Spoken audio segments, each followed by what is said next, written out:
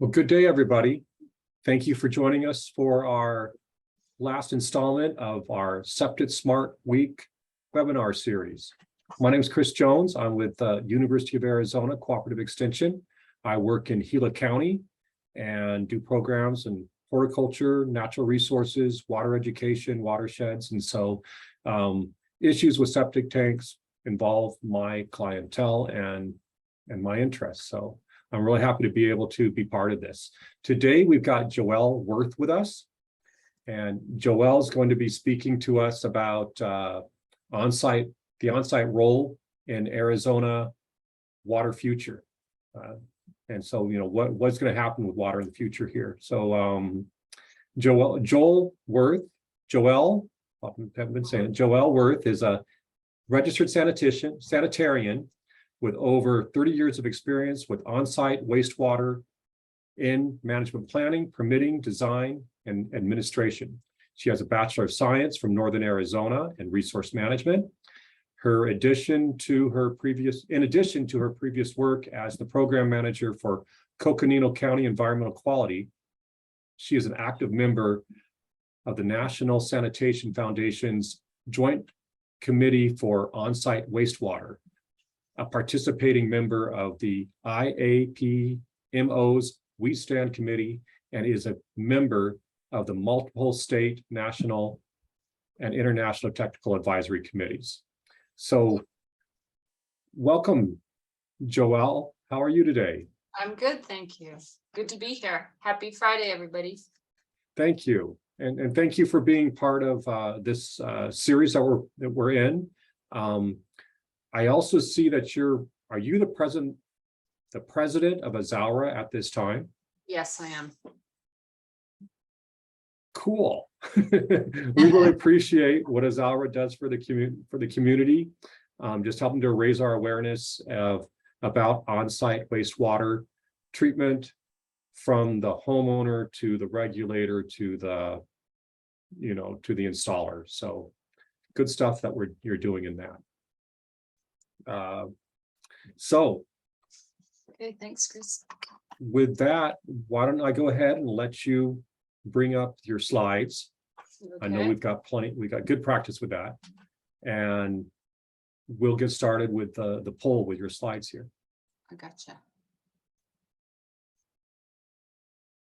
Let's see.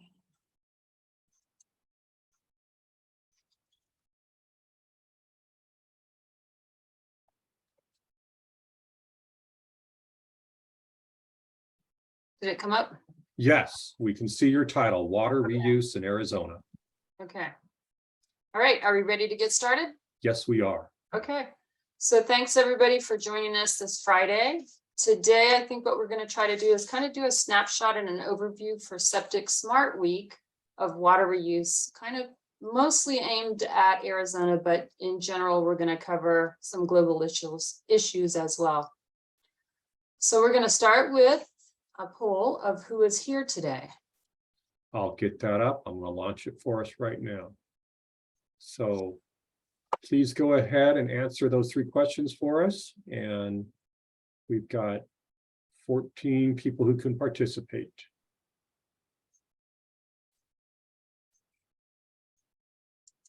Here we go.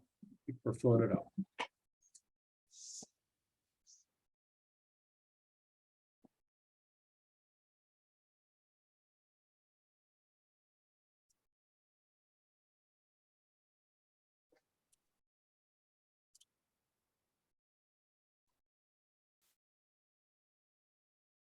Okay, so yeah, we kind of wanted to go over who's participating with us. So if you're able to get into that poll we're calling Septic Smart Week, we're just asking if you're in Arizona, do you own a septic system, and with which do you identify?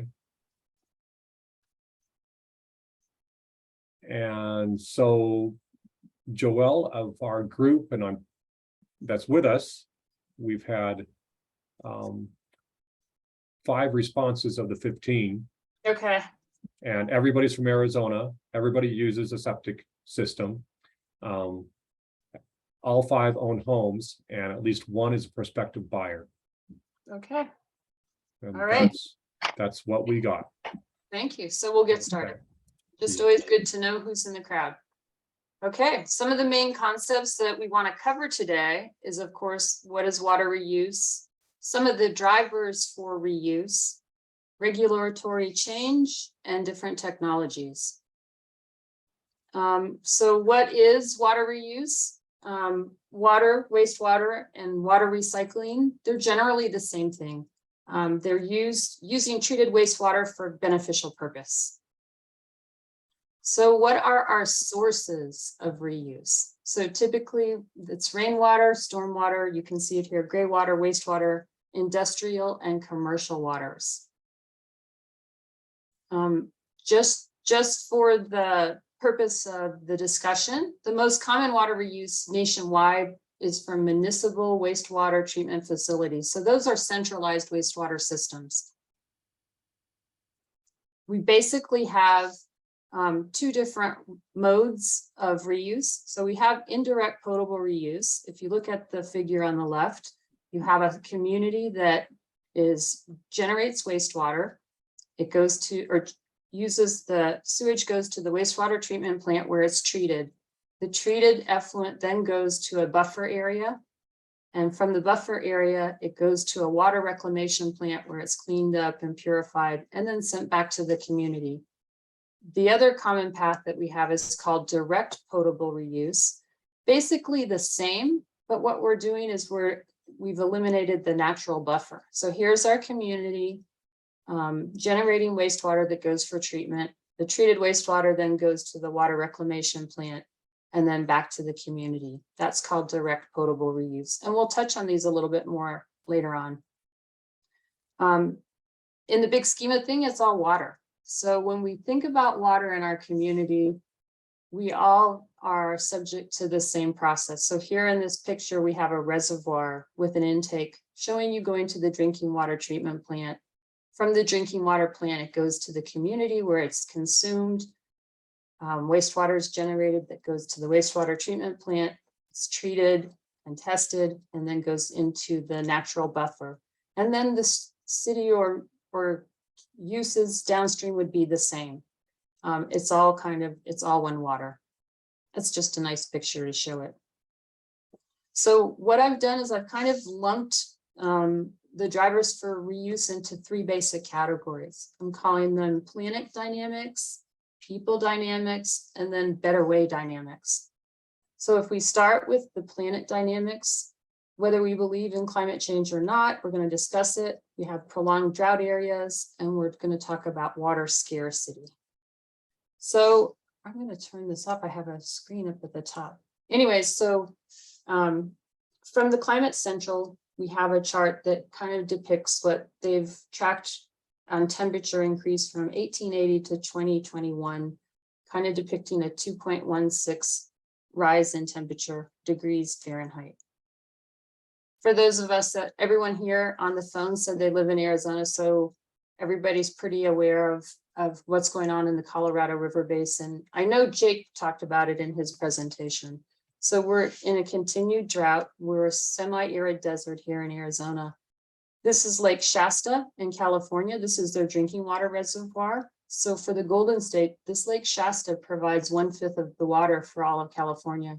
And it's really drastically down. You can see these are the normal water levels. It's just shrinking. And we also have water scarcity. So water scarcity is a global problem where we have, it's described as the supply is not keeping up with the demand. Another issue is population growth. And so this is Beijing, China, where they have huge population and they don't have the water to supply it. And then to further compound the problem in China, in Beijing, half of China's waterways are polluted. And so the growth just continues. If we look at the list of the top 5 cities targeted to run out of water in the United States, you can see we've made the list, Phoenix. So all of them, as you read here, have differing criteria. Miami's been on the list for a long time, and that's because when back in the 80s, when they were dredging out the Everglades, it caused a significant rise in sea level. So that has, complicated the freshwater supply. Atlanta has a difficult problem because they have a granite basin. They don't have easy access to groundwater. And then they also state there they've had recurring droughts over the past 2 decades. Phoenix, if you look at the key contributors to water shortage, is the drought is reducing the flow of the Colorado River into Lake Mead, which is the source of the metro area's water. It's dropped to dangerously low levels. And so it's interesting that on the top 5 that we don't have Las Vegas on there, and Las Vegas should be mentioned, but Las Vegas also gets 40% of their water from Lake Mead. And so they're also in drought conditions as well. The other one that's interesting and important to recognize is El Paso. They've been aware that they were running out of water 30 years ago, and yet they have not implemented really sound water conservation practices like we're seeing in some of the other cities now. So it's just interesting. All right, another problem that we have is groundwater overpumping. This is in India, where they don't have any regulation or oversight of drinking water wells. And so farmers have just depleted the water system, resulting in devastating problems. Not limited overseas. Here's the satellite vision of what's happening in the United States. And this shows groundwater depletion across the West.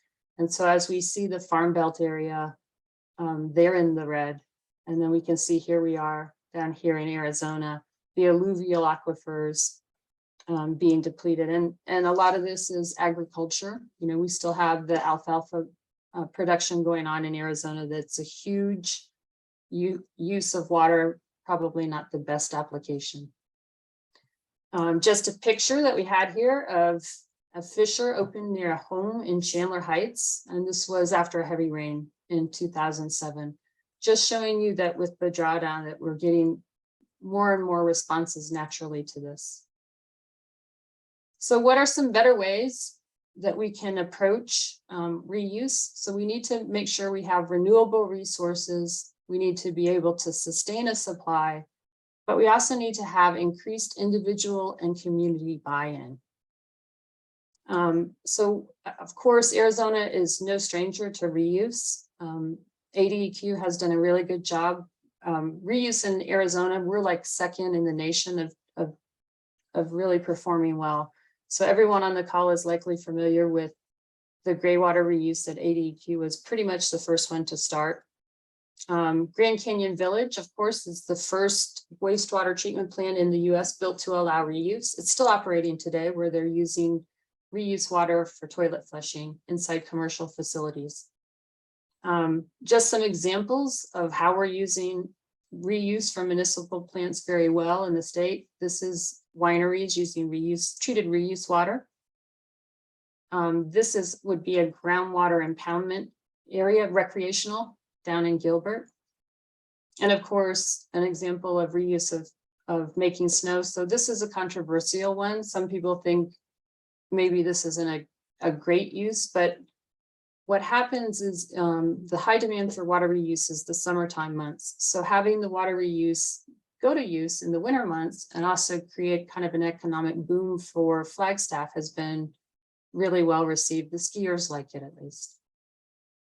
All right, so what are some of the things that we're seeing happening with all wastewater? So the municipal folks out there, the centralized sewer people, they've kind of figured out that the term wastewater isn't really a good term anymore because we don't want to waste any water. And so the new rules and the work to affirm recycled water as a resource has really spearheaded a change that we're seeing in the industry, with people calling wastewater treatment plants now are being called water recovery centers or water reclamation devices. And I think with on-site wastewater, we need to start thinking about that ourselves. We don't want to waste any water. We want to use the water as much as we can. Another way to kind of gain popularity is if you can take a treated wastewater, direct potable reuse, and turn it into a beer mixed for a popular application. Usually people are happy. So what we did in Arizona early on is we did a competition where the brewers came and they took some recycled water and they brewed it into beer. And then they went around the state and had a testing with the big truck, and it was free beer. So it was very exciting and it was very well received. But as I say that, to go to direct potable reuse, which some people call it toilet to tap, which isn't the most pleasant title for it, it's not an easy process. The municipal people have to go through a multi-barrier purification process. So several different levels to be able to ensure that the drinking water, that the final output is clean, clear, and meets all the drinking water standards. So it's a rigorous process and it takes a lot of oversight. So what about reuse from an on-site system? I took a slide for those of you that were lucky enough to be on with Jake on Monday. I took one of Jake's slides and he just kind of went over the on-site sewage system facts. So I thought it would be helpful to repeat these again today. So 25%, I'm going to read these because these are important. 25% of homes in the US and Arizona are served by on-site systems. So 25% of all facilities are on on-site systems. Then the second one is sewer is not practical or cost effective. Followed by, in the 2005 Notice of Final Rulemaking, it was identified that 40% of the growth in Arizona is in on-site areas. I think that's also been identified with COVID, that a lot of people were working at home. So we had a lot of movement to residential areas. And then we have over 600,000 on-site systems in use here in Arizona. And then the last one is reuse of on-site treated wastewater is prohibited currently by our rules. So I thought those were some good facts for us to think about. So what's not in the rules? In our rules, so the Aquifer Protection Permit rules, specific permits for reuse of reclaimed water by on-site systems, they're not there. And that would require a significant change to our permitting rules. Right now, you have a pathway though. You could go an individual permit, which is always available. And I have to say that that's also been greatly improved by the state in the processing of those individual permits. So, oops, excuse me. So what are the general characteristics of our current process? So if I were to identify these items, we have a list, kind of an a la carte list of technology choices that we can use. All of them are geared for, most of them are geared for soil absorption. We do have one that's a non-discharging. Generally, our permits don't require a certified operator or service contracts for permits. Typically, we don't have ongoing maintenance required. There's typically no reporting, and this is for the majority of systems, maybe not the 4.23s, and we have no compliance inspections. So why is that important? Is because our regulatory framework is not keeping up with technology.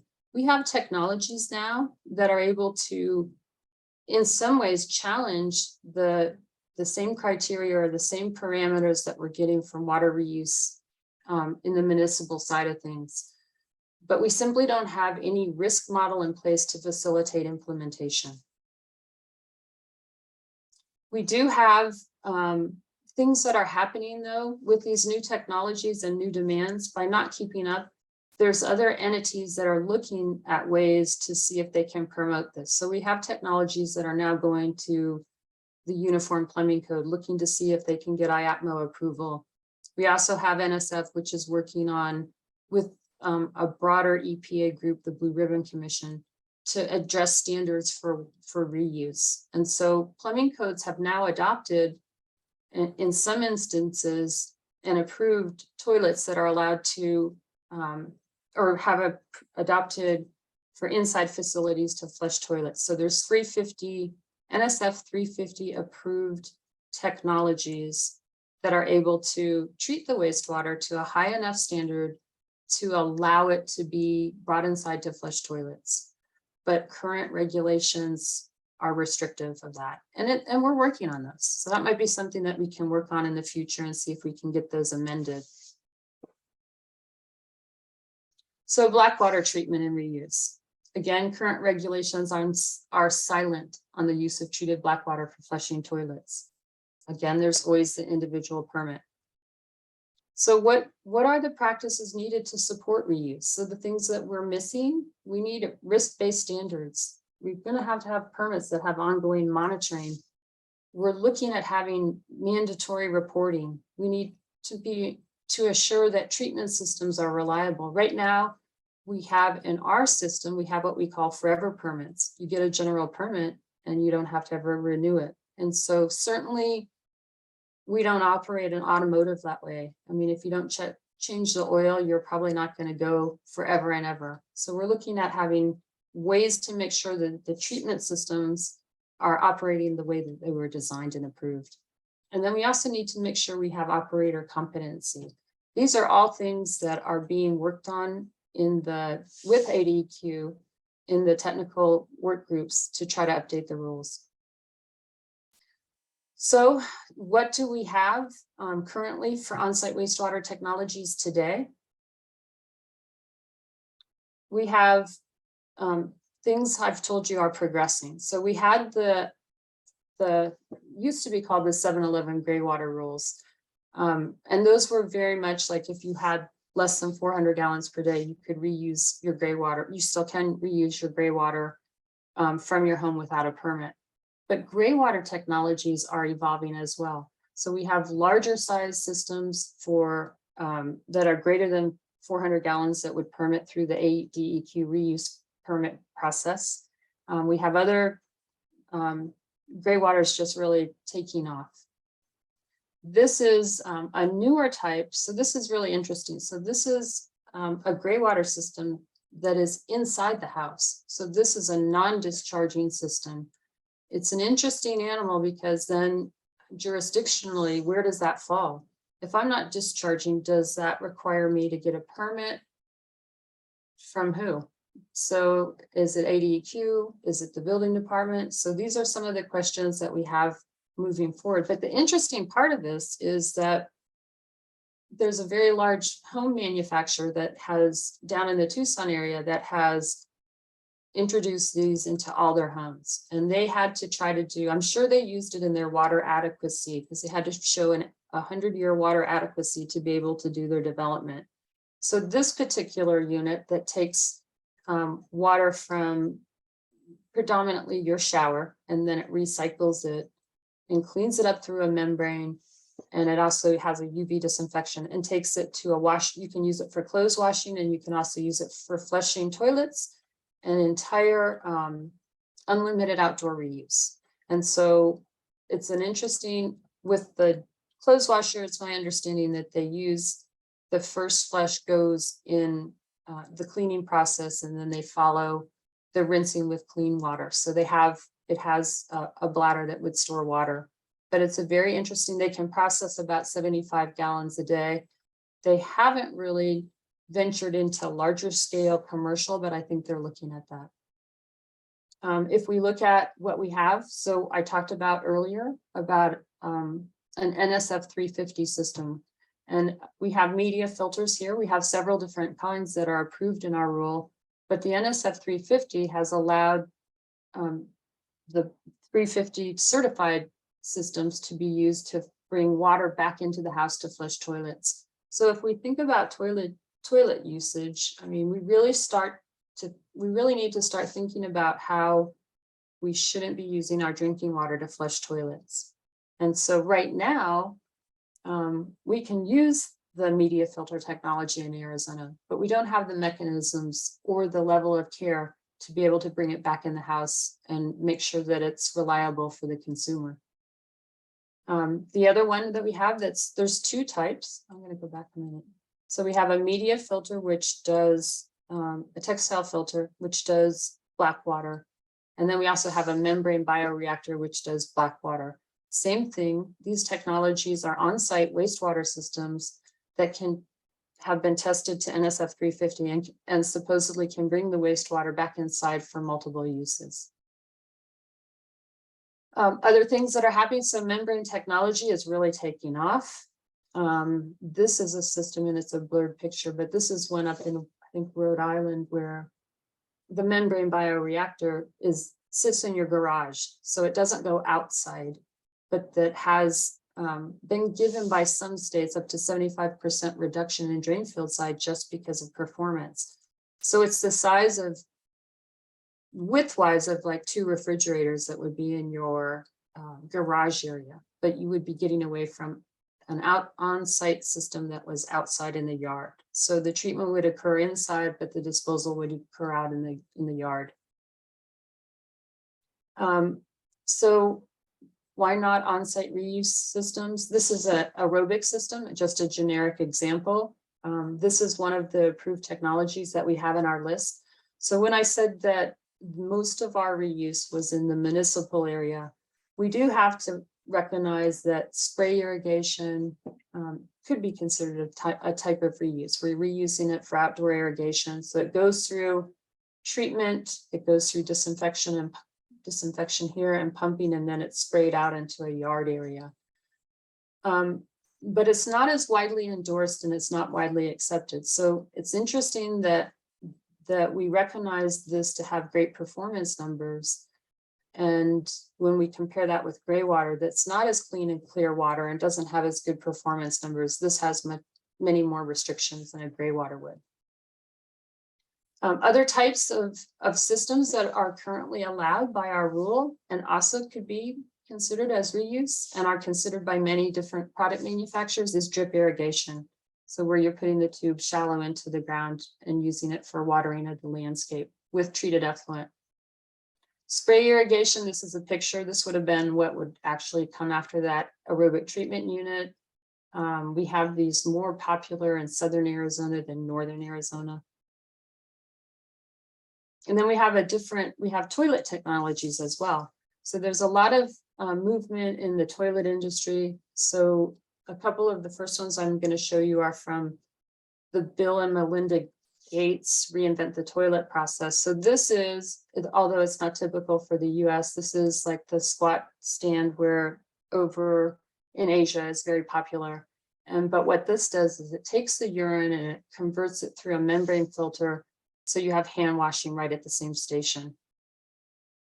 And then we have this crane field toilet, which is one of the Bill Gates first ones, really designed for high density, poverty-stricken areas where they cannot get to normal plumbing. And really what this does is it takes the wastewater, it separates it out. There's an Archimedes screw here, but what it does is it draws off the vapor and it separates the solids, and then they have it where it's on a program for weekly collection of the solids in a sealed container. The other ones that they have is, this is more of a normal looking toilet. This is an electrochemical toilet. So what these toilets are pretty much non-discharging. The one previous had it where you had to remove waste weekly. This one completely takes the waste down to a renewable resource. So there's zero discharge. And then we have over in England, also one of the, wasn't really selected in that Gates committee, but this is a Waterloo Bio Filter. It's got a liner here that helps with the degrade and generating gas. And so what they're trying to do is have a renewable resource that they can capture from a toilet source. And they've been using these in special events and using it to do cooking and gas firing of equipment. Everyone probably is familiar with the Incinerator Toilet. Forever and ever, we only had one, which was the Incinerator Toilet. Now we're seeing several of them coming out with different fuel uses, being able to be generated by diesel, natural gas, propane. And we're seeing some of these that are coming again as a whole house, where they have coupled up a toilet with a containment area where they macerate the waste, they hold it in a tank, and then they send it to an incinerator where they have it burnt off. So that would be another one that's in that area that kind of crosswalks on who's the regulatory body. Is it the building department, if it's a non-discharging system, or is this something that would go to an environmental program? In most cases now, the manufacturer is telling me that they're often being asked to be looked at by both. So it might start as environmental, and because it has some combustion equipment involved with it and it doesn't discharge, it kind of works together hand in hand with the building department. And then what we're seeing now too is we're seeing a more and more of mobile restroom incinerating toilets. So instead of having the porta potties with the chemical, this one does probably have a bigger carbon footprint because of the amount of fuel needed to burn the waste off, but it's also an option that's been emerging. And then we have lesser toilets that are popular, but somehow don't always fit 100% into the regulatory scheme of things. This was a pilot study. This is the Wmg Kit Toilet that you could use, and that was, now I think it does have went from a pilot to it has an approval where you actually take the waste that's constructed typically in a vessel, then you collect the waste and you put it in this backyard area. It has to be in an area that doesn't have cold climate, and you pitchfork the waste over. You have to do it manually, and so that's got some usage in some areas down in southern Arizona. Another thing we get a lot of requests for is the urine diversion toilet. So these really aren't 100% recognized by our rule, because what they end up doing is they do not really compost the toilet. So they separate it out. So there's been some discussion on these. At the NSF level, there's been a lot of requests for these toilets to get some kind of listing. And at first, the NSF group was unable to address it because it doesn't meet any of the wastewater treatment standards, because really you're just containing and throwing away. But since there's been a big demand, I don't know if that will continue and they'll find a way to identify this as another type of toilet. All right, and so for challenges that are surrounding reuse, you know, we have to continue to work on these, and we have to work with our partners at ADEQ. We need to make sure there's public perception is a big thing in getting these approved. There's a lack of national regulations, which I think we could end up being some of the, you know, pioneers on this if we can get these going forward. And then the cost of reuse systems is not cheap. I'm pretty much winding down here as well. So for next steps, we need to develop some treatment performance criteria, and that's developed through that stakeholder and committee process that's going on right now. And then we need to really address microbial risk assessment. We have to establish treatment levels. We need to have source waters, and we need to make sure we identify proper end uses. And then the last thing that I didn't put on the slideshow, but I wanted to talk about is what kind of careers do we see that could come from these type of applications. And of course, it's many of the same that we've already heard from before. There's going to be a need for lab testing. There's going to be a need for certified installers. There's going to be product manufacturer distributor opportunities. There's always opportunity for investors. There's job performance. There's going to be needs for designers and engineers. And of course, always regulatory oversight. So I think that's it for me. If we have any questions, we could do those now. Great. Well, Joelle, that was just fascinating. Thank you for that presentation. A lot of technology I certainly wasn't aware of, and perhaps several of our participants and attendees as well. I appreciate your putting into context of climate change. You know, as the Earth's greenhouse gases increase, the temperatures get warmer. We've seen how much warmer it is, and particularly in our arid climate, that simply increases the evapotranspiration, how much water evaporates into the air. And over the past 20, 25 years of this extended drought, we are in a critical time, and we need to really think about how we use water, and knowing that we've got technology that can help us with that, you know, gives us hope and things we can do. And I've been trying to think back of how many gallons of water per person in certain communities they use, and whether Arizona is like I don't know, 90 gallons per person per day or 150, and just, what's that minimum we could get towards? And these are just ways that to help us to use less water. So we've got some people putting some questions into the Q&A box. So I'm going to bring that up and we'll see what Joelle has to say about it. So our first question is from Lee Atona. And the question is, so what would be the impact on communities who are focused on recharge of the water table? So what would be the focus? The impact. Oh, the impact. Yeah. Well, so we have to think about water recharge. So I know that we've been doing that, but eventually, the bottom line is how much can we hold in for how long? And so I think we feel very comfortable about that, but I think that's a false assumption that there's safety there.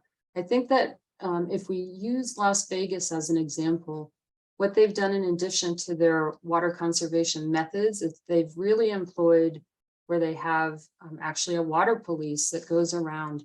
They've required that you don't have grass in non-essential areas. So no grass like along the entryway to your hotel or, unnecessary grass, I think they call it. They have implemented things to really make people conscious about covering your pool so you limit evaporation. They are restricting use of future really water devices like the Bellagio, for a gross example, but just so you cannot lose water to evaporation. So we have to do these conservation methods along with that water impoundment, water recharge, which is a great thing, which would help us go even further. Is that what you're thinking, Alona? We'll have them respond to the Q&A with the answer if they need some more clarification. Okay, next question is, what do you mean by saying semi-arid desert? Well, Arizona is a diverse, so we have all 4 climates here. So you have the mountain region. So if I just took a semi-arid, I think it describes a lot of Arizona. Maybe it's I think that it has to do with an average annual precipitation. And okay. So when you think particularly of the Sonoran Desert, it may be getting as much as 8-12 inches a year or 6 to 8, whereas head over to the Sahara or even the Mojave Desert, where you're getting as little as 2 or 3 inches per year. And so it's just kind of another term of just how arid it actually gets. But the Sonoran is kind of a wetter desert, or used to be a wetter desert than comparative other deserts. Is that true for now? I guess they're all getting the impacts on all of them. So, the Mojave's drier and the Sahara's anyway. All right. Well, things change fast. Yeah, have higher rainfall, of course, in the mountainous regions. Right. Okay, so a comment, good introduction for someone who knows nothing of this topic. That was from John Little. And Jake is saying, what can each of us do to help get reuse at home okay in Arizona? So what more can we do to start getting reuse? And I guess I don't know what he means by okay, whether that's the personal level or more of the regulatory level, the policy level. I think you have to be active in your community. I think everyone should know where their water comes from. As I live in Flagstaff, so as I drive around and I see population increasing and I see the water reservoirs going down to where we've never seen them before, and they likely won't come back from just a slight recharge from snow. But to work and to participate, ADQ is really good and is working on rule revisions. So they are asking for comments. So people that are interested in the community, share your comments, obviously. And then we should all be trying to promote water conservation methods on our own, making sure that we're doing the best as examples if we can. Taking out grass and putting it in xeriscape is, where we live makes sense. Yeah. And I think the next question we've started to answer, but how would the individual homeowner do something now? So, Okay. yeah. Well, so I have gray water. I have gray water in my backyard and I'm on a city lot. But what I started with is I wanted to have it so I could have unrestricted watering, so I could have the flowers that I wanted. And so now I've kind of come to the realization that maybe I need to be a little bit more walking the talk and not have as much of the green. I mean, I started off where I showered with a bucket and carried the bucket outside. I mean, so it just is all kinds of ways that you can do it. Right now, there's really not a lot of options for you to take your wastewater unless you do the gray water, which is available without a permit. Certainly you can use that to water your trees, and there's different ways you can do it. So if you did a comprehensive gray water system like mine with the pump, I wanted it so I could actually apply the water equally to plants, because I feel like if you're going to do irrigation and have a garden, that's what plants need. But you can get a whole lot of use from your gray water for trees. And so if you have a way to access the gray water, that's certainly a great way. Other things that are happening in the community for new residents, at least in Coconino County, they're making them do dual plumbing to help facilitate that. So if you don't know how to access your plumbing, or if you have questions, go to your local environmental quality and just have a chat with them, and they're pretty good resources there to tell you what you can or cannot do. I appreciated when you brought up the point that, we don't have to be using drinking water to flush the toilet. And we know that's how all our homes are set up. So looking at just being educated, learning if there are other systems like you did for us today is one thing that we can look at and see how it's something that we can do. Another program area I work in, Joelle, is rainwater harvesting. Okay. And so if you don't live in a community where, you may get in trouble for catching that water off your roof, if you have a large enough tank, particularly a tank to say 800 to 1,000 gallons, it doesn't take that much of a rainfall to fill that tank up. If you get an inch of rain over, 1,000 square feet of your roof, you can be filling up that tank in one event. And the reason why a larger tank is so important, because we've got to get through May and June. Those are those dry months that we need to have enough rain in that tank to be able to get us through it. And that's probably a good size for a small home. Help our trees, and even that rainwater you catch off the roof, you can be using that for your garden. So two ways we can look at it, right? That wastewater, but also water that would go downstream, but also a lot of it just goes to the atmosphere. It just gets evaporated. So good question. Yeah. One of the things we didn't talk about, and we should, is that we do have a huge population of people all across the state that are on hauled water. And so recently what's happened is places that we have some high-end houses down in the Scottsdale area that have now been kind of cut off from the water supply. And what's happening as our water is drawn down and is diminishing, the service providers, the cities are saying, if you're not within the service area, we're not going to allow you to have a truck take hauled water from here. So in those cases, hauled water is probably essential, because you can, even though we don't get tons of rain, you can capture quite a bit of rain that could help with that. And so it's an emerging problem if we have more usage than we actually have water supply. So right. Yeah, that's emerging, and I haven't heard a lot about it, but I'm hearing about that situation. Okay, next question. Is there legislation being proposed in the Arizona State Legislature regarding water regulation and water recycling? Or do you know? So Arizona's ADQ is continually, they opened January 1st, I think, this year. They're working on the water reuse rules again. So it's ongoing, and they're looking at direct potable reuse, which is kind of that, I don't like the tag, the toilet to tap, but that's what they're looking at. And not so much on on-site water reuse, and no legislation yet. but there's a group of us, Azara and the county environmental health regulators, a lot of design engineers, all working to have this discussion and see if we can provide and be supported to provide the level of care we need in our rules to be able to do some of these things. And it's not that we're necessarily restricted, it's just that that general permit process was built to be an easy forever permit. And now what we see is that if we do reuse, there's more expected on the end use of where you have to make sure that system is functioning. You have to make sure that the water delivered for the reuse is fit for purpose.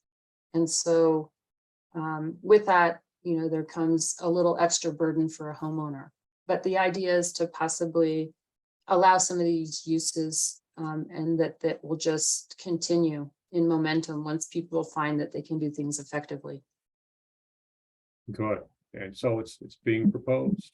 Not legislatively yet, but we're at the table with discussion. At least discussion and things that you can do at the department level And I would say that, you know, for anybody on the call, we're always looking for active people that are willing to help us with this. I mean, the more voices, the better. So if anybody has a really big interest, you can always contact me at Azara or at my email address, and we will gladly use the help. There's your email address still up right there. Oh, good. Okay, so next question here. Speaking of Vegas, how come we didn't build a water reclamation facility as Vegas has? 93% of the indoor water, or 40% of the total water use, is recycled and reclaimed. And is that better? And I've heard that Israel and Singapore have similar systems. They do.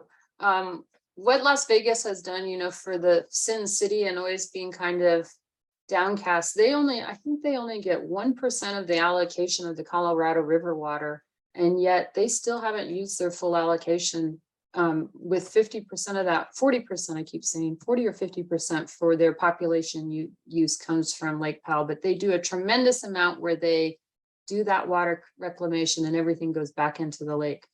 And like I said, they've really implemented, they're kind of a model for us all to look at because they've been proactive and they've been slowly building and really doing a great job. And yes, Singapore has the same system over there as well.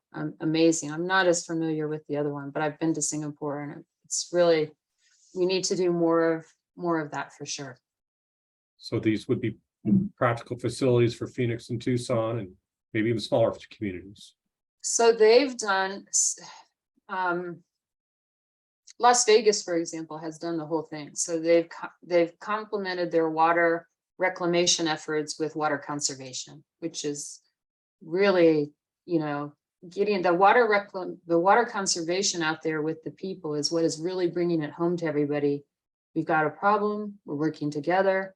Here's what we're doing. These are the options. I think it's really marvelous that they, you know, to the extent that they've done that. And then they're really ripping up yards and just that, I forget the number that they said, but just the non-essential grass removal was a tremendous amount of water savings instead of irrigating, you know, just along the buffer areas.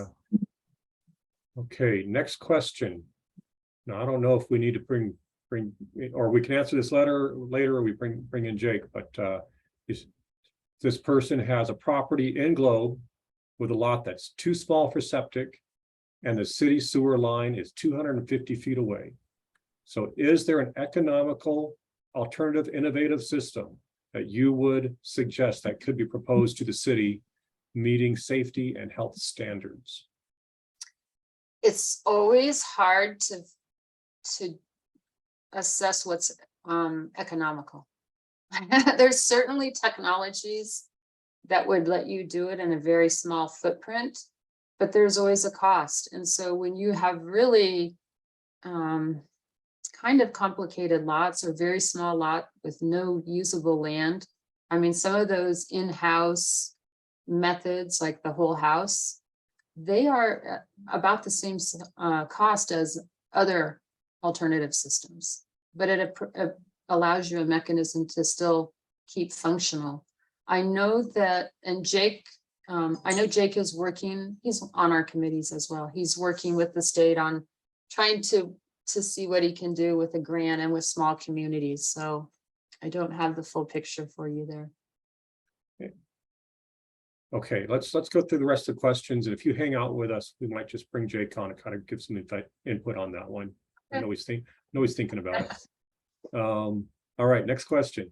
I have heard that there are some areas that restrict catching rainwater. Can you talk about catching rainwater? As a master gardener, I hate to give up my flowers and veggies. There are areas that are thinking that all of the water needs to go down to Phoenix, and I don't really know a lot about that. It's the Salt River Project. And so I don't know the areas that they've actually implemented that. I know like in Coconino County, we do a lot of rainwater catchment and we encourage that. The one place I'm aware of is the city of Payson. And in the 80s, when we were doing the Groundwater Act and the water ranches and all that type of thing, they did a bond and sold their water rights, their surface water rights to one of the cities. And so apparently you can get in trouble in Payson if you're catching your rainwater. Was there active they enforcement? used that money to develop the C.C. Cragen Reservoir. And now they have been successful doing that 20 years, 30 years later, where that reservoir is going to be able to service the community to have enough water for it. But that was something they did to have the money to start that whole project. We could, if we do get Jake on, we can ask him to talk on that. I don't know if they are actively enforcing on those people. Yeah, no, that's not clear to me. No. And so, yeah, that's the next question. Will regulators ever go after the golf courses? I don't know. Will they be required to reuse water? Now, I'm pretty sure most golf courses do use reclaimed water. They do. Most all of them, yeah. A lot of the golf courses use the reclaimed water. And ADEQ is the Arizona Department of Environmental Quality. We have a question here. What facilities do we have in Flagstaff? That would be your question. For reuse? I suppose that's what we're talking about. Okay, so I've seen, well, so I'm not sure if we have the normal treatment plant, and then we have, the lakes, which are natural buffers. And around town, what I see is we have a lot of rainwater catchment. Our Walmart has a big rainwater catchment out front of it, which is kind of cool. Other than that, we see lots of people that are interested just doing gray water, and they'll do a branch drain. And I think, is that what they're looking for? I'm not sure. Yeah. Okay. We got a little more information on Las Vegas here, and then after that, we'll bring on Jake. Okay. If you don't mind, Joelle, is that I okay? don't mind. We don't want to stealing your fire or anything. Oh, I don't care. Okay. Okay, so 10% of the total water use in Vegas goes to lawns. That's why Pat Mulroy, the former CEO of the Water District, started the lawn removal rebate back in 1990. She insisted on building intake number 3 to secure the water supply of Southern Nevada when Southern California and Arizona get no water out of Lake Mead when it goes dead pool. So, because there's a pretty brilliant leader. So yeah, it was pretty brilliant and continues today. I have to agree. Okay, I'm gonna stop the participant sharing and allow Jake, you are live and on here. If you unmute, we can bring you into this conversation.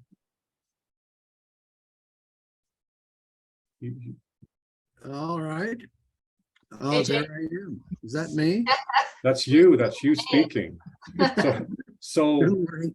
help us out, help our Globe property owner out first here.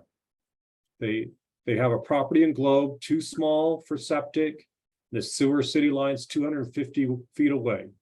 Is there something that's, economical that she can do to help take care of her septic system? Is there an alternative system? Is there, what would be the pro and con of hooking up to the sewer system? Okay. I'd hesitate to, without more information, there are so many different situations that exist in the general Globe area and within the city of Globe specifically, that it's very, I don't think I have a pat answer for anything. I We'll do get think you- this, that, Right. go ahead. I'll just say, we'll get you in direct contact with Yeah, please have them call me directly. Yeah, we'll have And I you, can, I'll get you Jake's number and you can give him. a call. sure, that would be perfect. And I'd be happy to talk with them and try and figure this puzzle out. Okay. Are I'll those leave it at that. are those globe lots too small for them to take off the gray water? Or how small are those lots in Globe? Are they typical 50 by 100 or? Well, I'm just curious. again, Just on Joelle, average. that let me think here. I just Within wanted the, probably most of the small lots would be 50 or 75 by 80 to 150. Okay, And there's a lot of hills there, so a lot of those lots get used up in steep slopes. okay, And steep slopes have shallow ground, and so that becomes, it's really, each lot is very, very individual. And when Globe was built, the city, and within the city of Globe, there were builders who would build 4 or 5 houses, and they would run a line behind all of those houses down to a street below where they'd tap into a sewer line. And all 5 of those homes share a common line.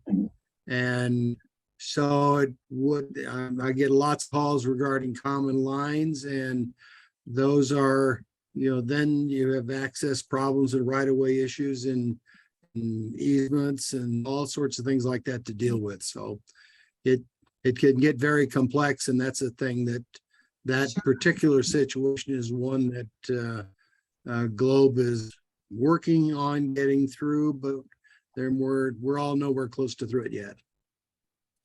okay. And then Jake, we had a question about water rights, and it was shared by Chris about the water usage rights in Payson. Well, I would think that Payson is, because I don't know what Payson is doing in particular. I live out in the area where SRP, or is it APS? One or the other of them. It's probably SRP says they own all the water, and it begins when a drop hits your roof. And so years ago, they were talking about that they own the water rights to all wells in northern Gila County. And I haven't heard that for years now. And so my encouragement would be, if somebody wants to, I see people with rain catchment barrels outside their house. I don't hear anybody howling about that. And so I would encourage people, if you want to save water, if you want to catch water and use it to water your vegetables or your plants or your grass, or put it back into your house to drink, or anything you think you want to do with that water, I'd say have at it. And then if somebody, if SRP comes and says, hey, you got my water, hand them a bucket and say, take it away. Okay, Yeah, okay. all right. No. Well, thank you. Yeah, no, I mean, so I've been feeling good trying to do some education about water harvesting. We've got some colleagues down in Cochise County who do a lot of that. And if you're ever in Miami, Arizona at William Plaza, we've got some nice water tanks we set up as a demonstration site with a great first flush. So that water comes off the roof, it goes into a pipe, gets a lot of that debris before it goes actually into the tank where it gets stored. So just certain things you need to do. You don't want to have mosquitoes, right? So, but you want to do it right, and then you've got that water available for irrigation. That's not your drinking water that you're paying for. Let me see if we got any more messages here. Yeah, okay, so how realistic can we conserve water as Brad Lancaster does in Arizona? Have you heard of Brad Oh, Lancaster? yes. Yeah, he Yeah. does a really good job, and that absolutely, if you want to do a gray water system like Brad, and he's incorporated in the different toilet technologies as well, I think.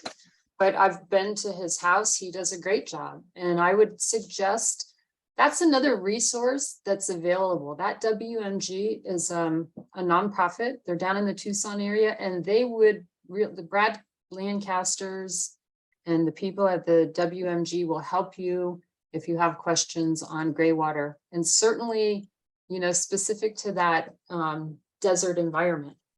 You know, he's really good, and I think he goes from the washing machine out to different irrigation, and I think he is big on the branch drain, which is very effective. Highly recommend him. I don't know, Chris, if we could put a few resources up for people to access. We're on when we send this out. I mean, we could include Yeah, no, we can water include some we information could with that. maybe put a sheet together so that people could know of these great resources that are in their areas. We'll try to And do Brad that. is good for statewide. Okay. Well, we're at the top of the hour, and another good conversation. Joelle, like I said, it's great getting some of the new technologies out there. Many of us are not aware. So just gives us some more to think about and just hope.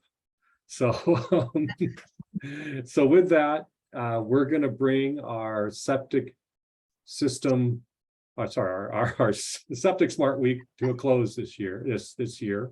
And thank you so much.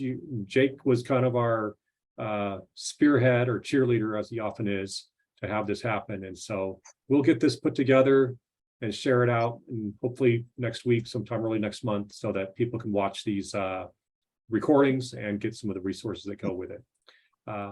Thank you very much, Joelle. And for our attendees, have a good day, and we'll see you next time around. Thank you, Chris. Thank you, Okay. Jake.